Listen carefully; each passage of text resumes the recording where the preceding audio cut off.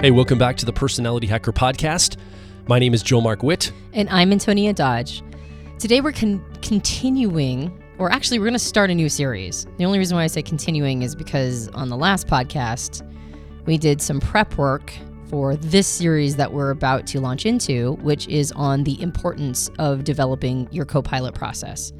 And if you don't know what I mean by Copilot, go check out the very most recent podcast before this one on the car model, and it flays out what we mean by Copilot.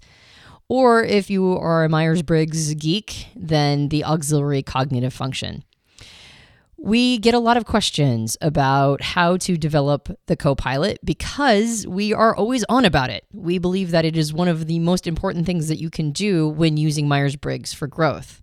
And the reason why, and if you remember the podcast from last week, there is a dominant or driver cognitive function that helps make up your personality type. And there is an auxiliary or a copilot cognitive function that makes up your personality type.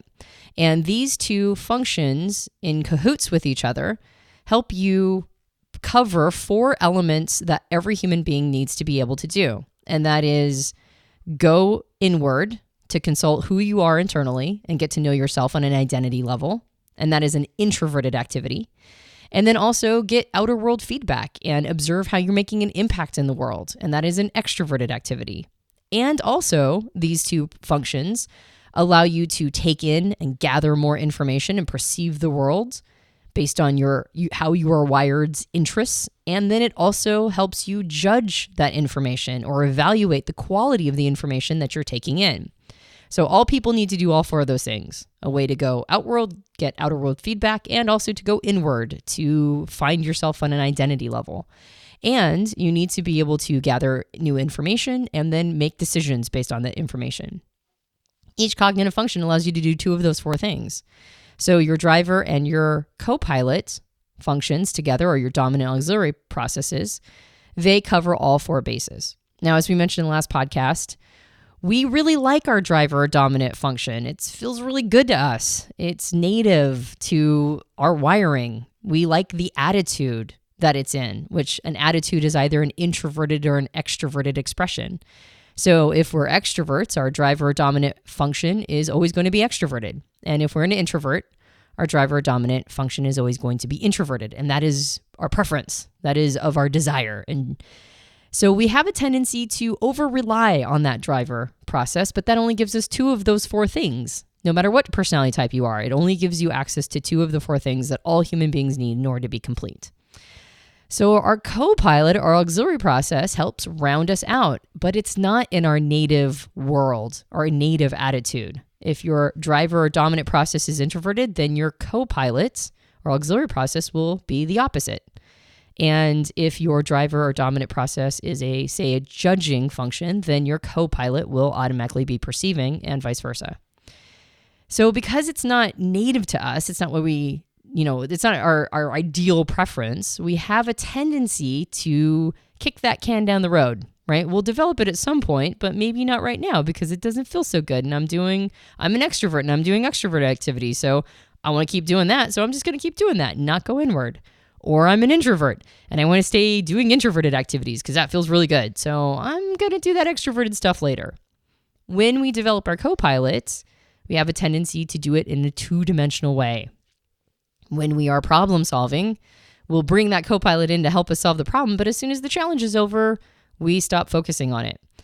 So our copilot tends to be two-dimensional. It tends to have a couple different isolated skills. And we don't really flesh it out like we do our driver. We don't explore the terrain that copilot can give us. And so we don't become as balanced and have as much competence as we could if we really focused on developing the copilot. So what we want to talk about today is why we do that. Why do we resist developing the copilot? And in what way do we have a tendency to do it? What are the rationalizations that we go into when we're resisting developing our copilot process? In general, you might find yourself with a very well-developed copilot process. This is not ubiquitous for everyone. Maybe you've been put into situations or circumstances which have forced you to use that part of yourself and develop that part of yourself in ways that are highly sophisticated.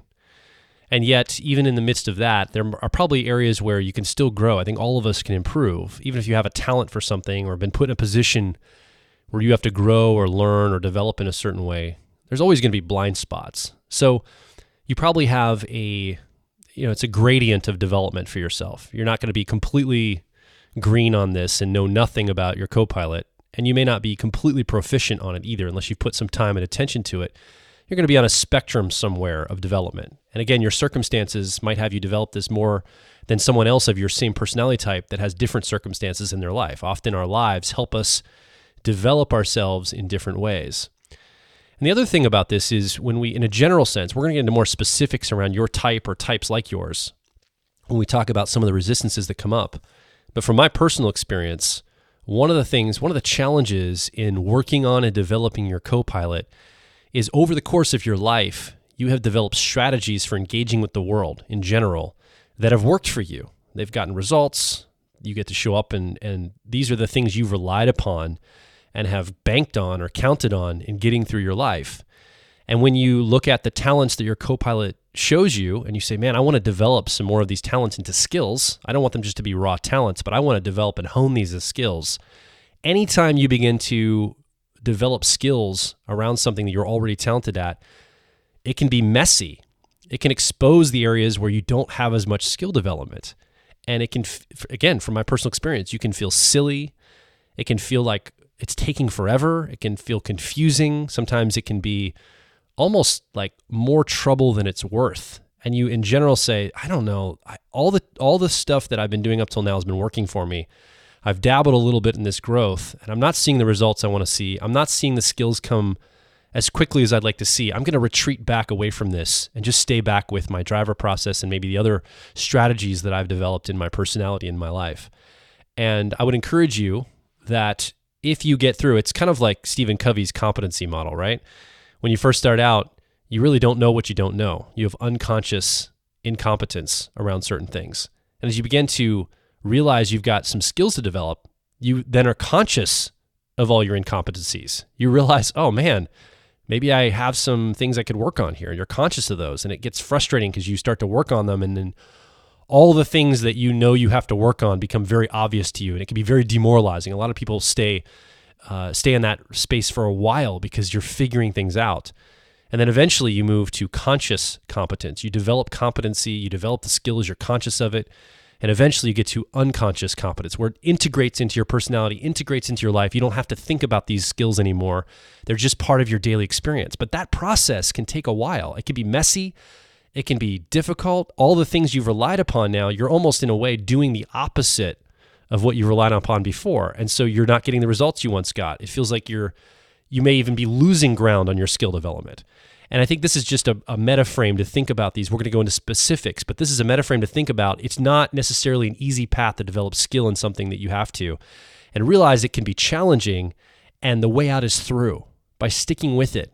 And again, from personal experience, there's been times when I've broken down to tears and been frustrated in growing my Copilot and thinking, is this worth it? Is this worth all the time and effort I put into this?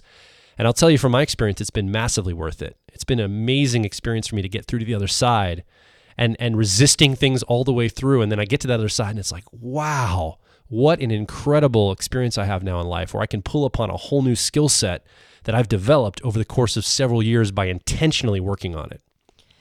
So the next 4 podcasts after this one are going to go into the cognitive functions and give you specific ways that you can develop, suggestions for exercises so you can develop whichever Copilot is yours. But in this podcast, we want to talk about those resistances, because when you start to really develop your Copilot process, just like Joel mentioned, he's broken down into tears over it. I actually ended up changing my entire life when I started truly developing my Copilot, like in a burn my life to the ground and, walk away from a mushroom cloud behind me based on development. So depending upon how much you have been resisting development of this function in your life and how much your life has been created around marginalizing it or pushing it away, some massive shifts could be on the horizon for you if you really get into exercising your auxiliary process. And so we don't want to take this lightly. We understand why there are resistances, maybe even more than most people, because the shifts that have happened for us in development of our auxiliary function have been, literally life-altering. And there have been times in my life in the past that I remember wanting to develop my Copilot, maybe even not recognizing what that meant, not having language for it, but wanting to do so and then resisting, hesitating, holding back, instinctively knowing that if I go down this road, there's going to be I'm going to have to do some major, shifts and change a lot of stuff that might not feel so good to the rest of, my identity. So there are legitimate reasons why people resist going to this place. And we want to address what some of those resistances may be, because as we progress on in this series, we're going to make suggestions that, depending upon your personality type, as soon as you hear them, you may resist them at the time. You might reject them because your insides are saying, hey, if you go down that road, that might not be so good. Right? It might end up in a really bad place, and we don't want that to happen. So as Joel and Antonia are talking about developing your Copilot process, we're just going to go ahead and say they don't know what they're talking about. Your brain might play that game with you. And not that we always know what we're talking about or anything, but there are patterns here that we've noticed. So if you find yourself resisting some of the recommendations in the future podcasts and they follow the patterns we're about to talk about, then it could be that your mind is resisting growth it needs to do because it fears the eventual consequences.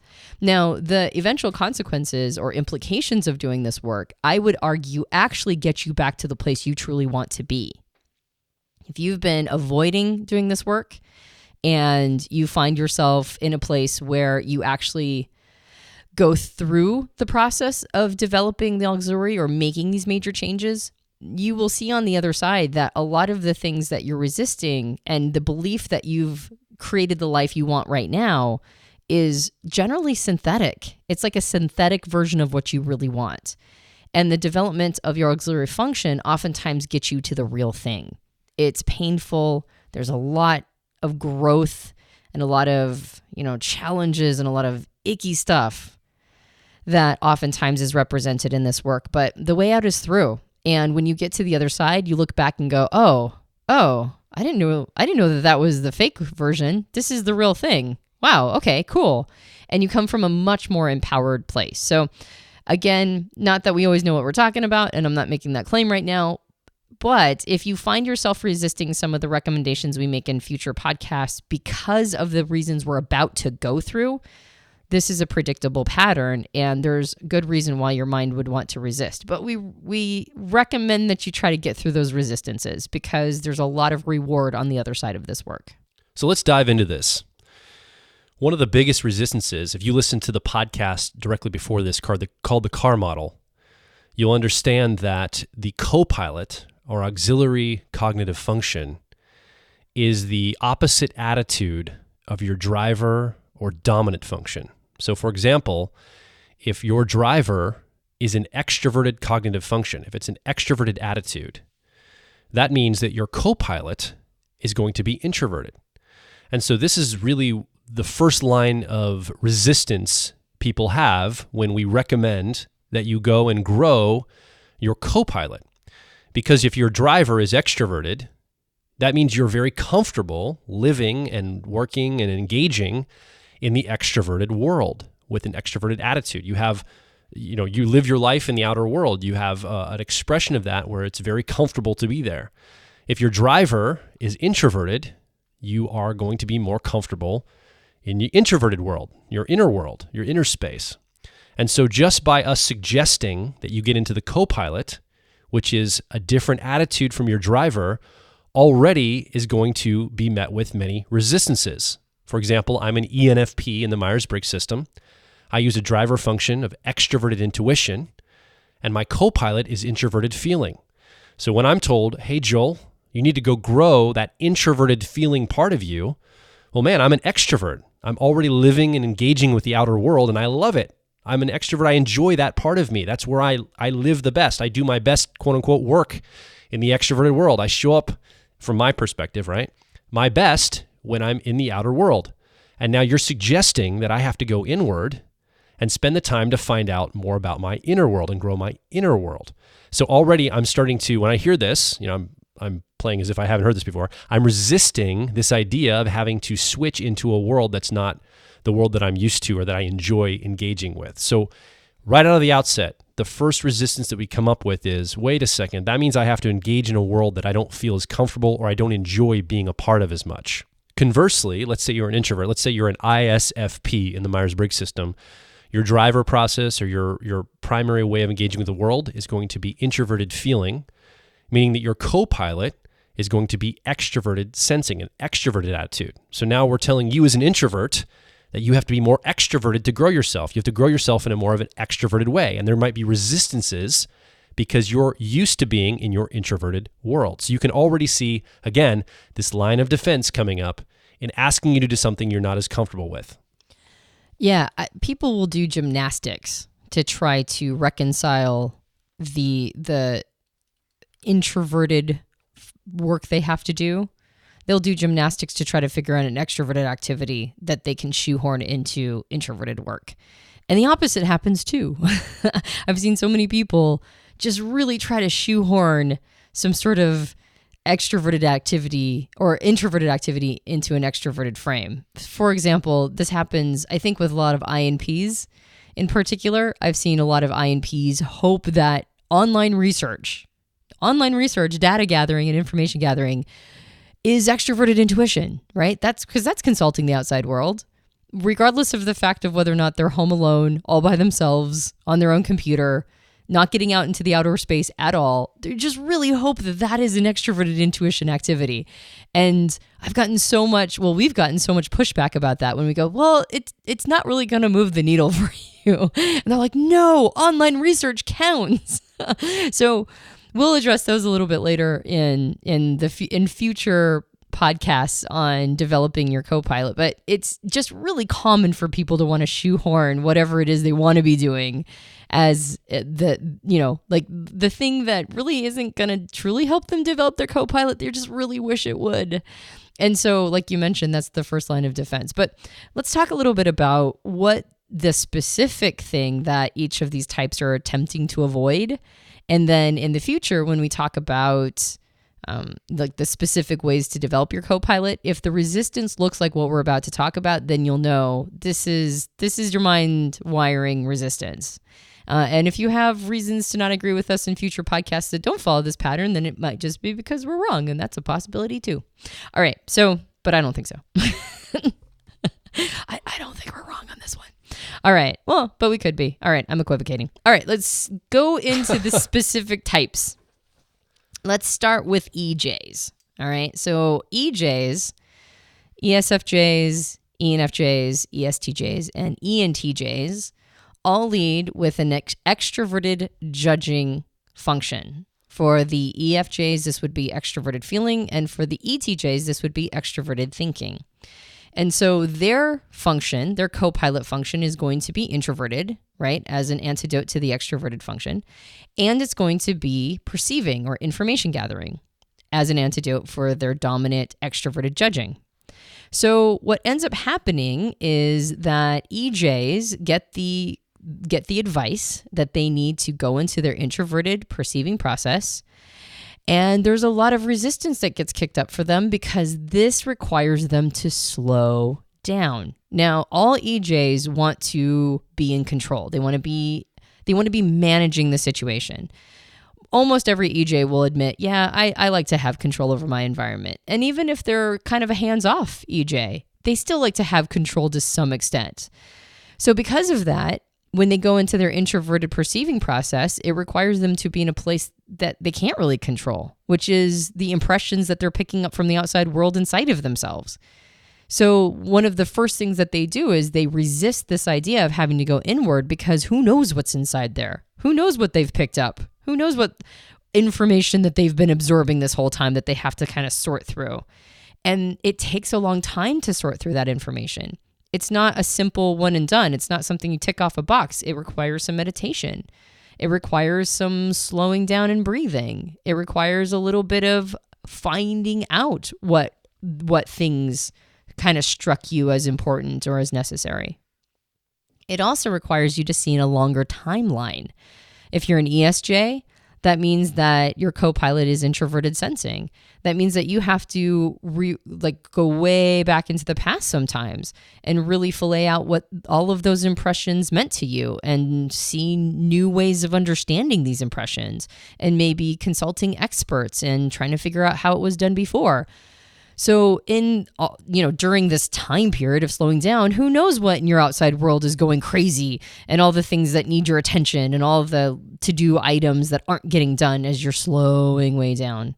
And for ENJs, whose Copilot process is introverted intuition, this means going inside and seeing all these patterns and future pacing and seeing things in much longer timelines.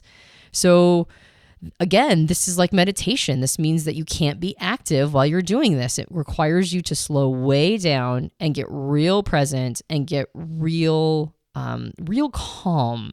And to an EJ that's used to being in activity a lot and getting things done and being in control, it means for us, for at least a small amount of time, the outside world is going to have to do without you. Being in control allows you as an EJ to close loops, to finalize things, to close loops. That's why you like to be in control.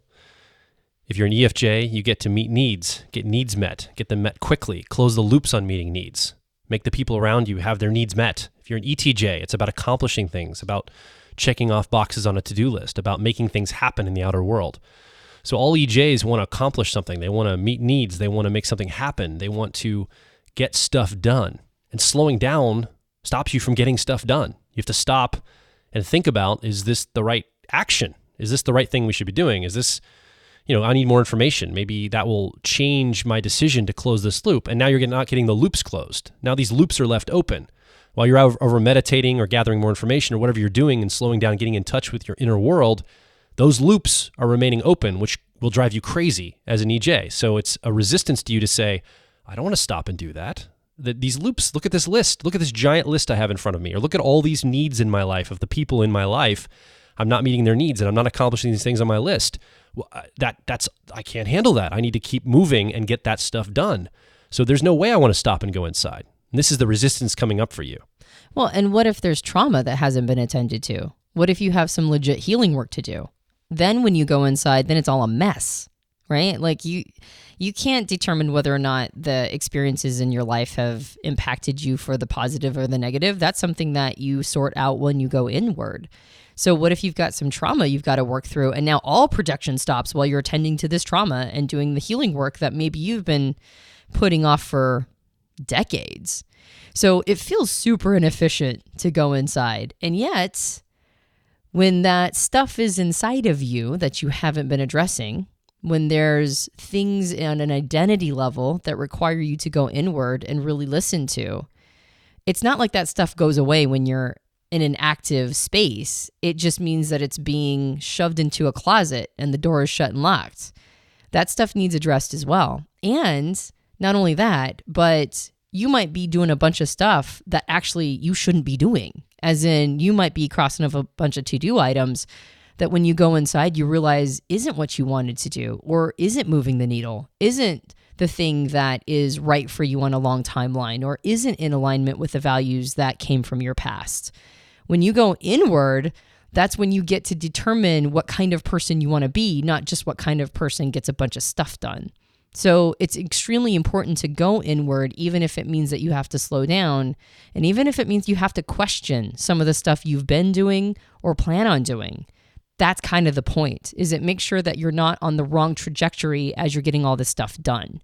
So for EJs, the resistance is to not go inward in order to not have their entire world spiral out of their control. But sometimes your entire world spirals out of your control if you're not going inward to determine if this is the world you want to be creating to begin with. Let's talk about the next set of extroverts, the EPs, ENFPs, ESFPs, ENTPs, and ESTPs. And really, as an EP, you're going to lead your driver cognitive function is going to be an extroverted perceiving process. So either extroverted intuition or extroverted sensing. And what's pleasurable for you as an EP, me as an EP, I understand this, is the freedom to move quickly, to find out a lot of cool things in the world, to engage with the world rapidly, to switch tracks often and quickly. And the speed and the freedom is so important for EPs, the ability to pivot. And if you're given the recommendation to go inward, which when you go inward, you're going to access an introverted judging process, so either introverted feeling or introverted thinking, well, this slowing down process and getting in touch with your core values or the right decisions in your life, it's going to make you not be able to pivot as quickly. It's going to feel like you're losing freedom because you have to get in touch with what you actually believe at the core level of your being, or what you actually feel is authentic for you, what's right for you, or what's the correct choice to make. And this can just feel like it's removing all that freedom from you. Or you might even have your identity be threatened when this happens. Your identity is, I'm a free moral agent. I can just move and do whatever I want. Slowing down now, well, maybe this isn't the right course of action for me. Maybe this isn't the thing that makes sense for me in my life, and I might have to do something different. And so the resistance is, I think, a resistance of losing the speed and the ability to pivot rapidly. Yeah, and you just mentioned your identity might be threatened. It's not that, I would just add a little nuance to that, which is it's not so much that your identity is threatened as in you might not have known what your identity was to begin with. Totally true, yeah. You know, like when you go into that introverted judging process, that's when you go get to introduce yourself to yourself. And if you've been in an attempt to be able to be free and not boxed in or rooted or, have to be accountable to your own sense of ethics or morals or integrity, yeah, you get to do whatever you want to, but that comes at great cost, great internal cost. You might be internally dying death by 1,000 cuts because you're not going inward to determine whether or not this is who you are, this is true to you.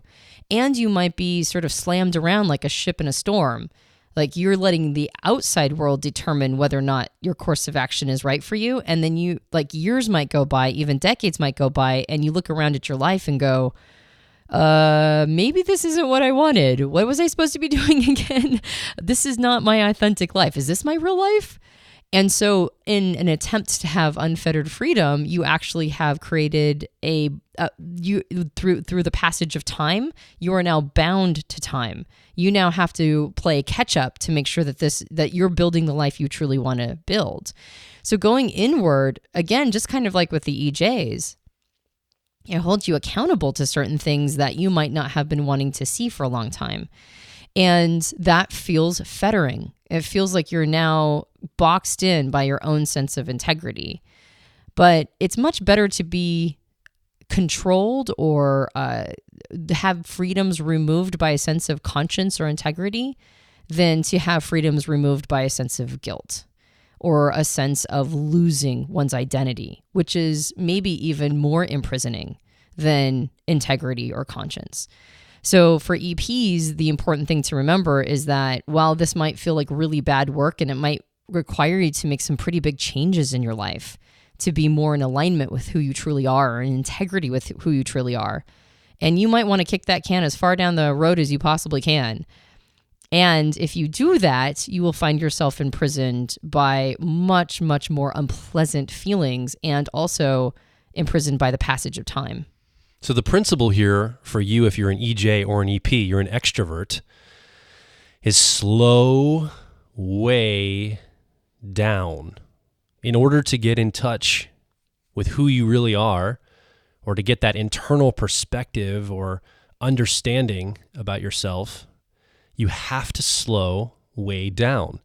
It's going to feel unnatural for you as an extrovert who's used to speed of getting needs met or accomplishing tasks, or speed of being able to have the freedom and the pivoting of whatever you want to do. It's going to feel unnatural at first to slow down and get still with yourself and get in touch with your inner world. It really takes a moment to just stop everything and get in touch. And often what's really interesting, I envy you introverts, who we're going to talk about next, because it's more about the extroverted activities, right?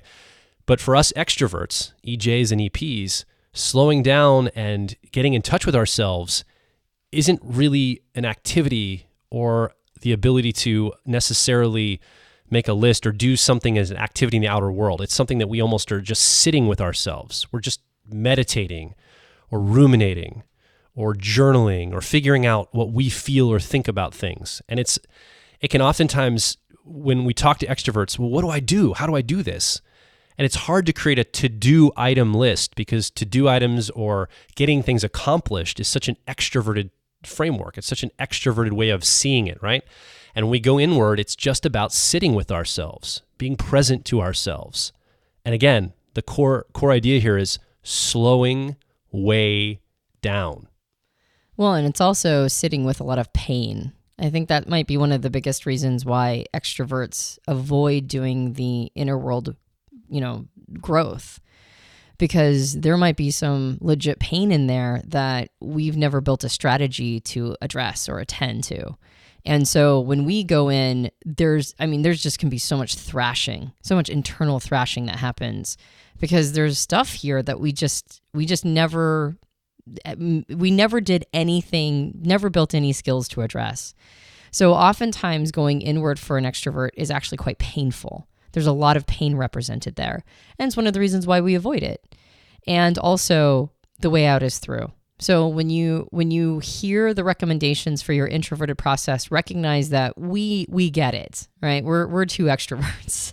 We understand the pain that might be coming for you. And also on the other side, you learn the skill of being able to work through your pain. And so it doesn't have to just be housed there or sitting there metastasizing, making things worse, catching up with you later, right?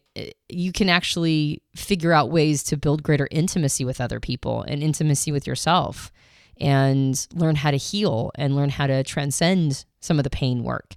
So it's not easy. Sometimes I think introverts look at extroverts as if they're developing their Copilot is easy, but it's not. There's a lot of hard work represented in developing an introverted Copilot. And we recognize that. We get why there's resistances. We did it too. We resisted forever. And then when we finally did the work, we went, okay, that was worth it. So we get it. It's not easy. And also it is definitely worth that. There are fruits at the end of that journey. Okay. So we've talked about the extroverts.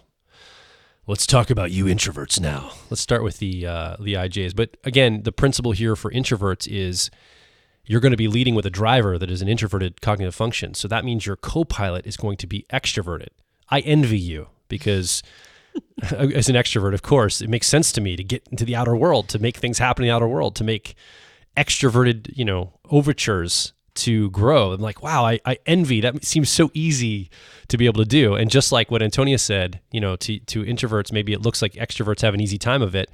To us extroverts, it can often look like you as an introvert have an easy time of it because it's just about making a list of things to do or to get into action or whatever, right? So let's talk about IJs first. So these are INTJs, ISTJs, INFJs, and ISFJs. And you're going to be leading with a driver of either introverted sensing or introverted intuition, depending on if you're a sensor or intuitive. And your co-pilot is going to be a decision-making or technically called judging function of either extroverted feeling or extroverted thinking. When you lead with an introverted perceiving process, you get to a place where you realize that the outer world has... There's a lot in the outer world that's scary. There is a certain vulnerability that all IJs experience because on some level, all the information you're picking up with your driver or dominant perceiving process or information gathering process gets trapped inside, right? It's an introverted perceiving process, which means that as you're gathering information, it gets stuck inside until you can sort it all out. So all IJs know that the outside world has dangers to it because it will absorb information from the outside world. And then when it sorts it out, there could be legit pain in there. Sometimes you don't get to decide what comes in unless you build some pretty strong firewalls or boundaries or resistances to that information. And so when the recommendation to get into your co-pilot is go do extroverted things, go make extroverted judging decisions and behaviors basically what it sounds like is go expose yourself to all the pain and agony of the outside world. Go try to measure your like how good you're doing in something, and go make relationships and sort out conflict, and go build something, and go expose yourself to criticism, and stick your neck out there, and try to figure out how you can have an impact on the outside world, when you know that whenever you have an impact on the outside world, the world is not going to just accommodate for that necessarily. The world is going to kick back. There is a push-pull relationship that the outside world has with impact.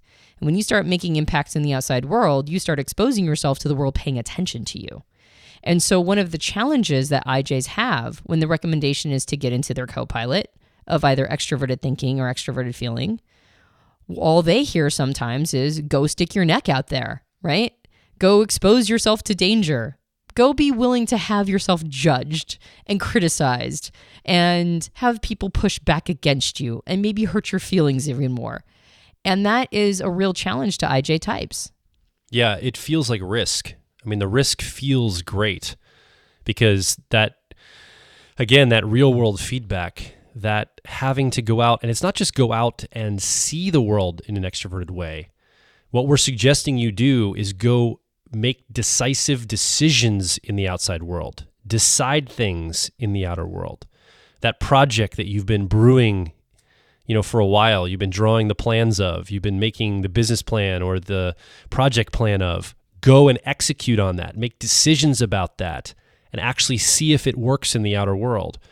Or maybe those relationships or that way of constructing, social dynamics. We're asking you to go out and attempt those relationships, talk to the people that you need to talk to, and forge those friendships that you need to form. And yet maybe those people in your mind, you've built up how they'll respond, but when you actually go execute on it, when you actually go and begin those relationships, you might get feedback that's different than you expected. And so this is extremely, I get it. It's risky to go do this because you're executing in the outer world, you're deciding something in the outer world, and it is like sticking your neck out because you don't know the response you're going to get. But until you do that, you don't know the response you're going to get. So therein lies the push-pull challenge. And once you do it, you get the feedback and you realize, this is how you're going to do it again next time. So it's imperative that you grow that part of yourself because it's getting you out there, it's making the decisions where you need to make them, and you're getting a wealth of information to feed back into that driver process. It's going to make that driver process more powerful for you. See it in the eyes of, you love being there, but when you get that external feedback, your driver process gets more nuanced. It builds its skill as well. It augments your driver process and makes you much better at it throughout your life. There is a major difference between conceptualizing making an impact on the world and actually experiencing making an impact on the world. And it is true that the feedback that you get will get trapped inside you and you will have to figure it out. But the more you do extroverted behaviors, the faster you get at processing through that feedback. That's one of the gifts that comes with it. One of the gifts that comes is that you have to get faster at processing.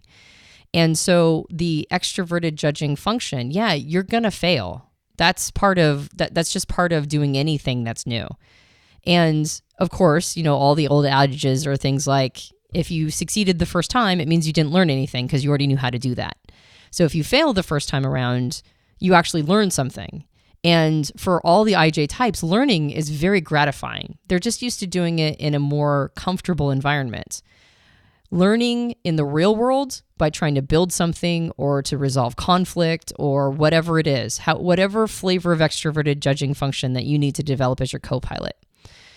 The learning you do when you actually get into action is about 10 times the return as anything you learned conceptually. Like, you can't read in a book as much information as you can learn in an actual relationship or in an actual business context or working on a project. Like, the return on the learning is 10 times at least. And so part of the gratification of getting into the Copilot process is all of the advantages of learning. And there's going to be some risk that comes with it and some pain that comes with it. You may find yourself creating conflict because the only way to get to harmony is to actually resolve conflict. So if a conflict is brewing, You might have to just get in the trenches of that conflict. You might just have to take all the hits that come along with it. And then you learn the skill of developing harmony. As you get faster at that, you get to a place where you almost don't experience conflicts anymore because you're so fast at developing harmony. And the same thing with project management or using any sort of extroverted thinking or getting into an extroverted thinking frame. If you are trying to build something, initially you might have to break it in order to build it. But that's the great thing about getting better and better at this, is that you don't have to break things anymore in order to build them. So it is tough. We've coached a lot of IJs in the past where it is so challenging to get out there. And there's a lot of risk of, you have this image of yourself. You have this conceptual idea of who you are and how good you are at something. And you start implementing and you start getting real world feedback and the metrics start coming back and you go, oh, maybe I suck at this. I thought I was really good. I assumed I'd be amazing at this. And part of the hesitancy of getting into action is now you're actually going to have some metrics in front of you. You're actually going to see some of that impact and to be able to get the feedback of where you actually are at. And you won't be able to hide behind conceptualizing anymore. But then the great thing about that is when you really know where you're at and can build the skill over time of getting better, now you're not insecure. Now there's not an insecurity of what if I'm wrong about what I thought I could do. Now you know what you can do, and then you stop questioning yourself. One of your core fears as an IJ is vulnerability. And that's a challenge to get through. And I think that getting in the outer world, getting some feedback, again, it's calibration, it's getting some feedback, trying it again, incorporating it into your identity, working through it. And it gets faster as it goes. It really does. And you'll get out of your shell. The vulnerability will become less of a concern. It's always going to be a concern for you, no matter how much you work on this, but you're able to manage it more. Yeah, well, I would say that as opposed to fearing being vulnerable, you actually you build the skills of not being vulnerable. Like you said, there's always going to be some fear around any new experience, but instead of being invulnerable through hiding, you become less vulnerable through skill building. That's right. Let's move over to IPs, the other set of introverts. IPs, INFPs, ISFPs, INTPs, and ISTPs. You will have a driver cognitive function of either introverted thinking or introverted feeling. Both of those are decision-making functions, and they're introverted. So by definition, your Copilot will have to have an extroverted perceiving function at its position, meaning you have either extroverted sensing or extroverted intuition, depending on if you're an intuitive or a sensor. And this is something that could be a challenge for you also to get into. Now, this is not about decision-making in the outer world. This is about taking more information in from the outer world. You probably are very comfortable in what you have decided upon. You probably know your core identity to a level. If you're an introverted feeling driver, the IFPs in the crowd, you know how you stand. You know how you feel about something. You know how it resonates with you. If you're an ITP, you know what makes sense to you. You know what seems logical to your mind. You understand, what makes sense in the world for you. And asking you to get into that Copilot, we're asking you to broaden some of the things you take in from the outer world. We're asking you to broaden the framework of information and perception that you feed into that driver process to make decisions about. And if you've already discovered or decided upon what resonates with you or what makes sense to you, taking more information can destabilize who you think you are and how you show up to the world and the decisions you make. Well, now maybe you're not so certain about how you feel about something or what makes sense because there's a whole new wealth of information you've taken through by getting to that Copilot process. So avoiding that allows you to keep the perception of yourself intact. You don't have to challenge your core identity of what makes sense or what resonates. You get to keep that core identity without any outer world challenge to it. So often going here is going to be very challenging to you at an identity core level. Yeah, this one is really tough because when you get out into the world, you're exposing who you are to criticism. Now, that might not be how other people see it. They're not necessarily criticizing you intentionally. But when you run into something that you've already formed an identity level opinion about, and you run into a circumstance that contradicts what you thought you knew and who you became based on what you thought you knew, then it feels personal. It can feel like a personal attack when there is a situation that is very different than how you thought it worked. And so for IPs, the challenge is that when you go out into the world and you expose yourself to new situations, and as Joel mentioned, expand your territory, you expose yourself to situations that you didn't even know existed maybe, then you now have to go into yourself on an identity level and make these shifts. And that can be super painful. This is ego level stuff, right? This is like, I know who I am, and then all of a sudden you don't know who you are. The other thing is that IPs, in particular IFPs, but ITPs can come across this too, is that sometimes it takes a really long time to figure out how you feel about something. Because every time you're making a decision, you have to go to an identity level place. You have to figure out who you are in order to make a decision. And that process can feel very slow. So once you've got some stuff set, you kind of don't want to have to go back on in the same territory. You don't have to revisit all of that because it was so slow the first time.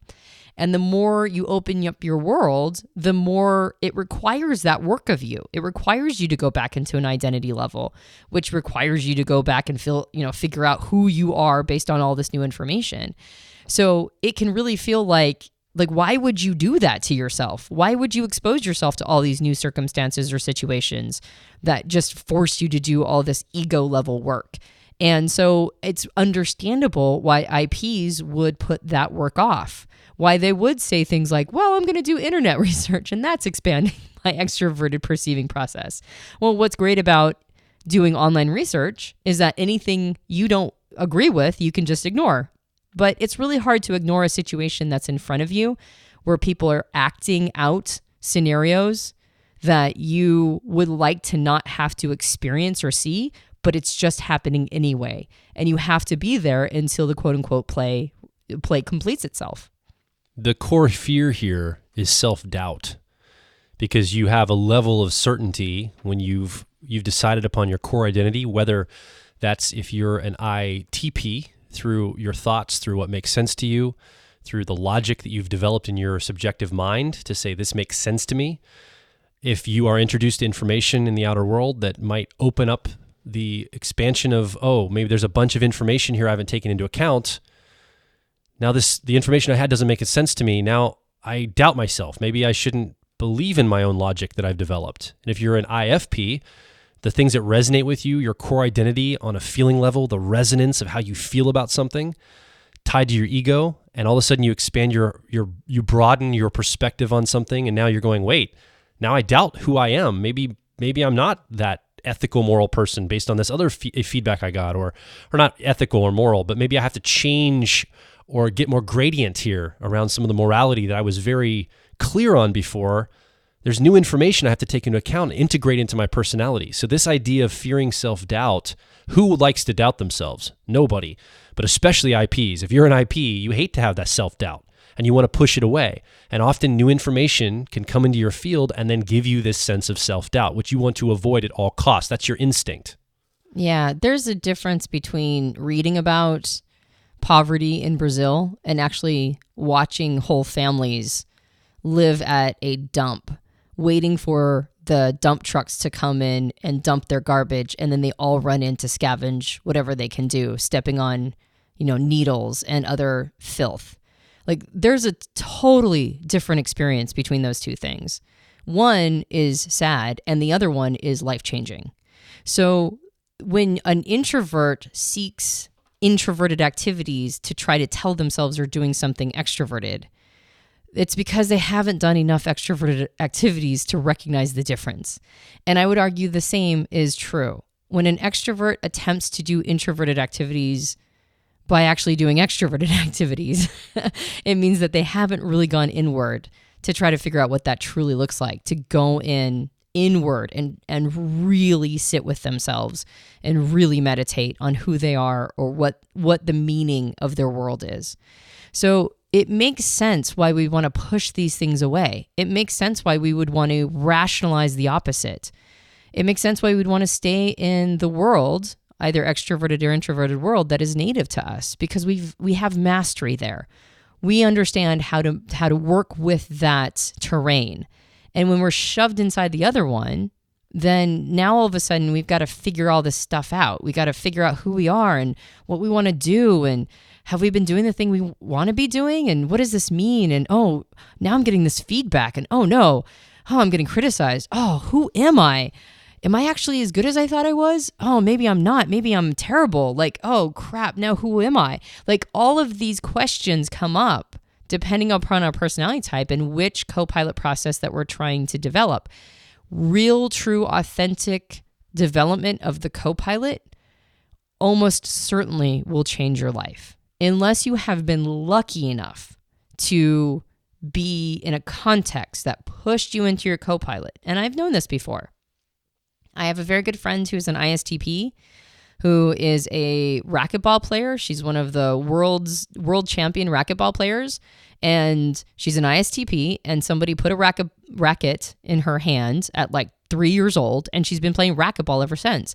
And she has built a life around extroverted sensing activities. As an ISTP, her whole world has been exploring the world, flying to different places, playing racquetball, being in her body, doing extroverted sensing activities, and she's one of the most well-rounded human beings I've ever met.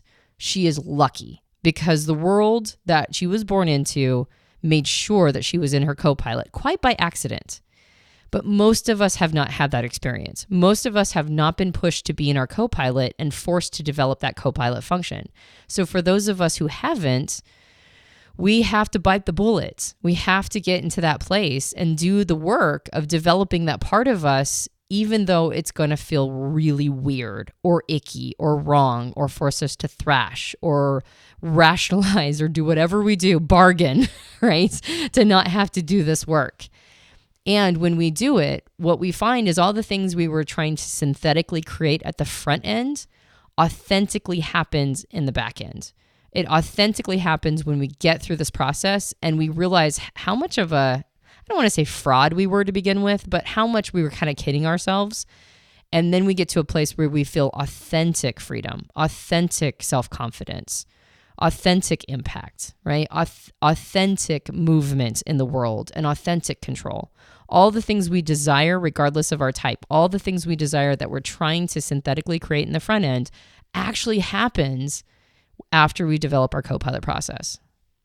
I have personal experience in developing my Copilot. So does Antonia. So do many of the clients and people we work with who we've really talked through this idea of developing that Copilot process. And again, I mentioned this at the beginning of the podcast. It was not an easy time for me. It's been a lot of challenge, a lot of tears, a lot of frustration. I also changed my life drastically based on my Copilot development. Antonia mentioned that she basically burned her life to the ground, metaphorically speaking, and restarted in her early 30s based on getting into the Copilot process that she has of introverted thinking. And for me, is introverted feeling. If you're an ENFP listening, you'll know what it's like for an ENFP to want to completely diversify all the time. Just choose the next shiny new object, keep opening loops. It's that extroverted intuitive process that we lead with, right? We want to do a lot of things in the world. We keep opening loops and trying all these things. And then, later in our life, as we go through 10 years down the road, you've got all these multiple projects or businesses or interests or art forms that you've started that you may not even know if you resonate with them anymore. And I'm sure as an ENFP, you might be listening. This is just a personal example just for you ENFPs, because it's my personal experience. Getting in touch with that introverted feeling process has helped me understand, oh, wait a second. I've opened up all these loops, but what is it that really resonates with me? What is it that I want to do in the world? How do I want to feel? What is important to me? What are the core values I'm bringing to this life that I'm creating? It's helped me channel that down into the actual things that I'm going to be doing.